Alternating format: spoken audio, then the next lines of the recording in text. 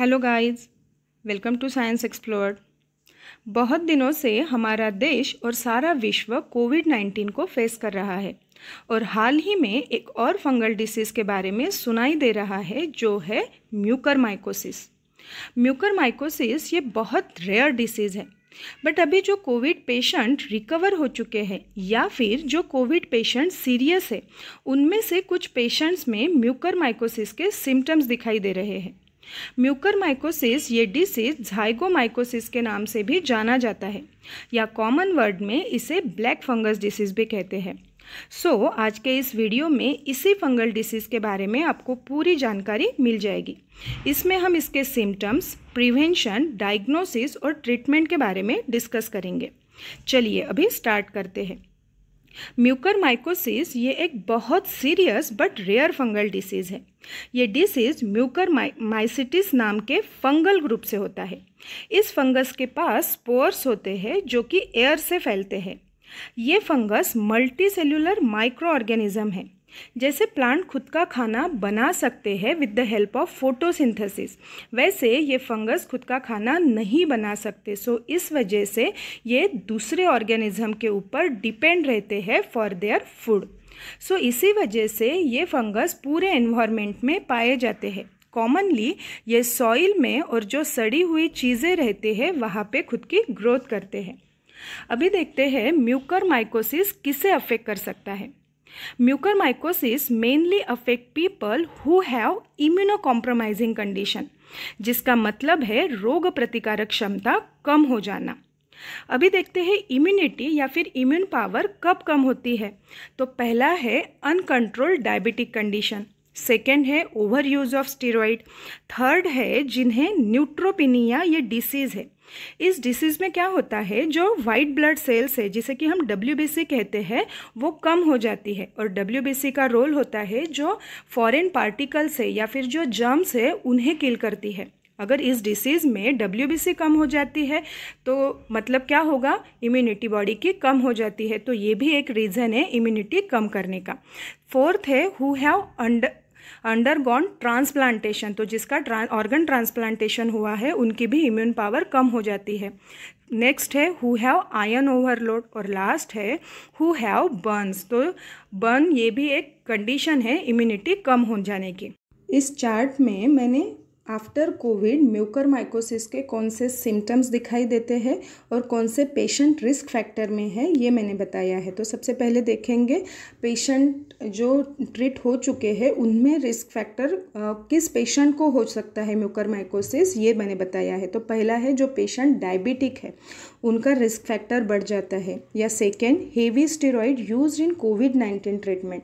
तो कोविड-19 ट्रीटमेंट के लिए स्टेरॉइड का यूज़ हुआ है, तो जो पेशेंट है उनके जो लंग्स है वहाँ पे स्वेलिंग आ जाती है, तो स्वेलिंग को कंट्रोल करने के लिए स्टेरॉइड का ही यूज़ होता है और ये उसे ट्रीट भी कर देता है। बट कभी कभी क्या होता है, स्टेरॉइड का ओवर यूज़ होने से पेशेंट की इम्यूनिटी कम हो जाती है, तो इस वजह से उससे म्यूकरमाइकोसिस के चांसेस बढ़ सकते हैं क्योंकि उनकी इम्यून पावर कम होती है। और थर्ड है patients keep on humidified oxygen, तो जो पेशेंट ह्यूमिडिफाइड ऑक्सीजन पे है उन्हें भी म्यूकरमाइकोसिस के चांसेस बढ़ जाते हैं। अब ऐसा क्यों होता है, तो आपको तो पता ही है कि ऑक्सीजन प्रोवाइड करने की मशीन आती है, उसे ऑक्सीजन कॉन्सेंट्रेटर या फिर ऑक्सीजन जनरेटर कहते हैं। वो मशीन क्या करती है, जो रेगुलर एयर है एनवायरनमेंट में उसे एब्सॉर्ब करती है और उसमें से नाइट्रोजन निकाल देती है और उस एयर को प्यूरिफाई करके 90 to 95% ऑक्सीजन बना देती है।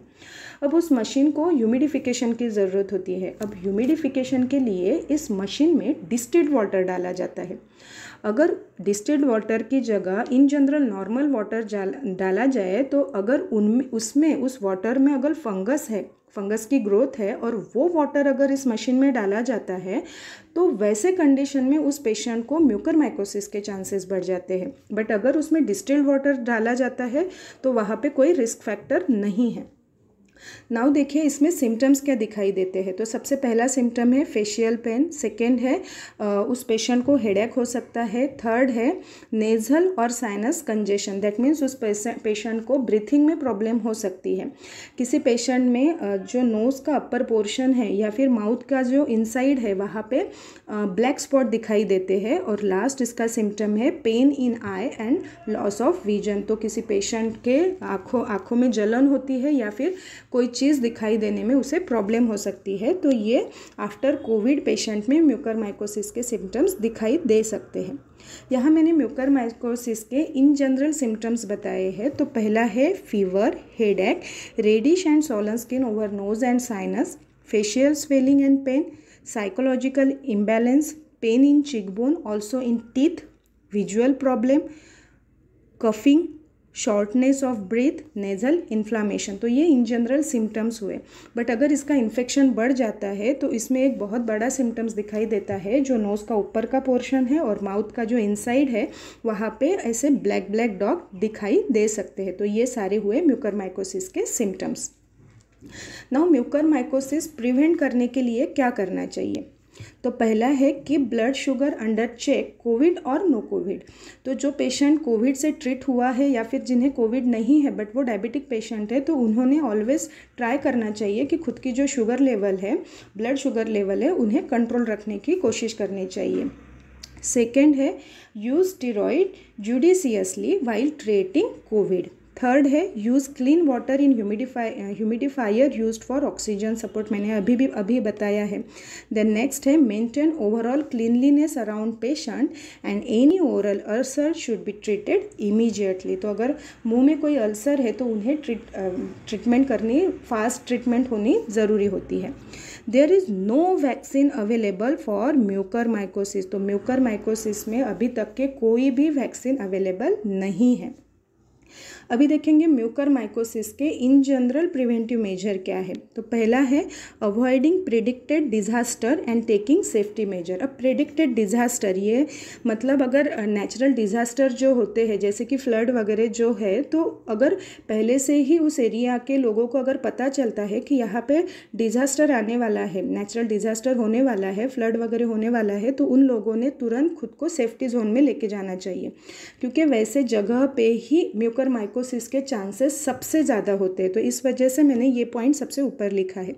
सेकेंड है keep your diabetes in control, drink more water, use mask in dusty area, use trouser, socks, shoes before handling soil. Soil handle करने से पहले ये चीज़ें करनी चाहिए, क्योंकि मोस्ट ऑफ द टाइम पे ये जो फंगस है ये सॉइल में ही दिखाई देती है। देन अगर जो सिम्टम्स मैंने बताए हैं तो उन सिम्टम्स में से अगर कोई भी सिम्टम्स किसी को दिखाई देता है तो उन्होंने तुरंत ही डॉक्टर को कंसल्ट कर लेनी चाहिए। नेक्स्ट है हाउ म्यूकरमाइकोसिस इज डायग्नोज। तो इसे डायग्नोज कैसे किया जाता है? वैसे तो डेफिनेटिव डायग्नोसिस इज़ डिफ़िकल्ट, इसका कोई डायग्नोसिस पर्टिकुलर डायग्नोसिस नहीं कर सकते, बट सीटी स्कैन और MRI में help define the extent of infection और टिश्यू डिस्ट्रक्शन। तो सीटी स्कैन या MRI का हेल्प हो सकता है म्यूकरमाइकोसिस के लिए, बट पेशेंट की हिस्ट्री जान के या फिर फिजिकल एग्जामिनेशन या फिर पेशेंट का फंगल इन्फेक्शन का रिस्क फैक्टर देख के डॉक्टर इसे डायग्नोस कर पाते हैं। देयर आर नो सीरियोलॉजिकल और blood test that are helpful. तो इसमें ब्लड टेस्ट वगैरह कोई नहीं है। Now what is the treatment of mucormycosis? Most patient will required both surgical and medical treatment. तो अगर किसी पेशेंट में अगर म्यूकरमाइकोसिस या फिर फंगल का इन्फेक्शन अगर बढ़ जाता है तो उस पेशेंट की सर्जरी होती है। तो जो भी ऑर्गन को इफ़ेक्ट किया है उस फंगस ने उसे निकाला जाता है, या फिर उसे मेडिकल ट्रीटमेंट दे के, अगर फंगस का इन्फेक्शन कम है तो मेडिकल ट्रीटमेंट दे के उसको ट्रीट किया जाता है। Basically there are 2 main treatment. तो पहला है एंटी फंगल मेडिकेशन। तो एंटी फंगल मेडिकेशन दे के फंगस का इन्फेक्शन कम किया जा सकता है। या फिर सेकेंड जो है, जो डिसीज़ बॉडी को वीक कर देते हैं, फॉर एग्जांपल कैंसर या सर्कुलेटरी डिसीजेस या न्यूरोलॉजिकल डिसीज़ में क्या होता है, बॉडी की इम्यूनिटी कम हो जाती है, उसे वहाँ पे वीक बनाया जाता है, तो उन्हें कंट्रोल करना चाहिए। तो ये भी एक सेकंड ट्रीटमेंट हम बोल सकते हैं। तो आज हमने कंप्लीट म्यूकरमाइकोसिस क्या होता है, उसके सिम्टम्स क्या है, ये सारे चीज़ों के ऊपर जानकारी ले ली है। अगर ये टॉपिक आप लोगों को समझ में आया है तो लाइक कीजिएगा और ये वीडियो शेयर कीजिएगा। Thank you.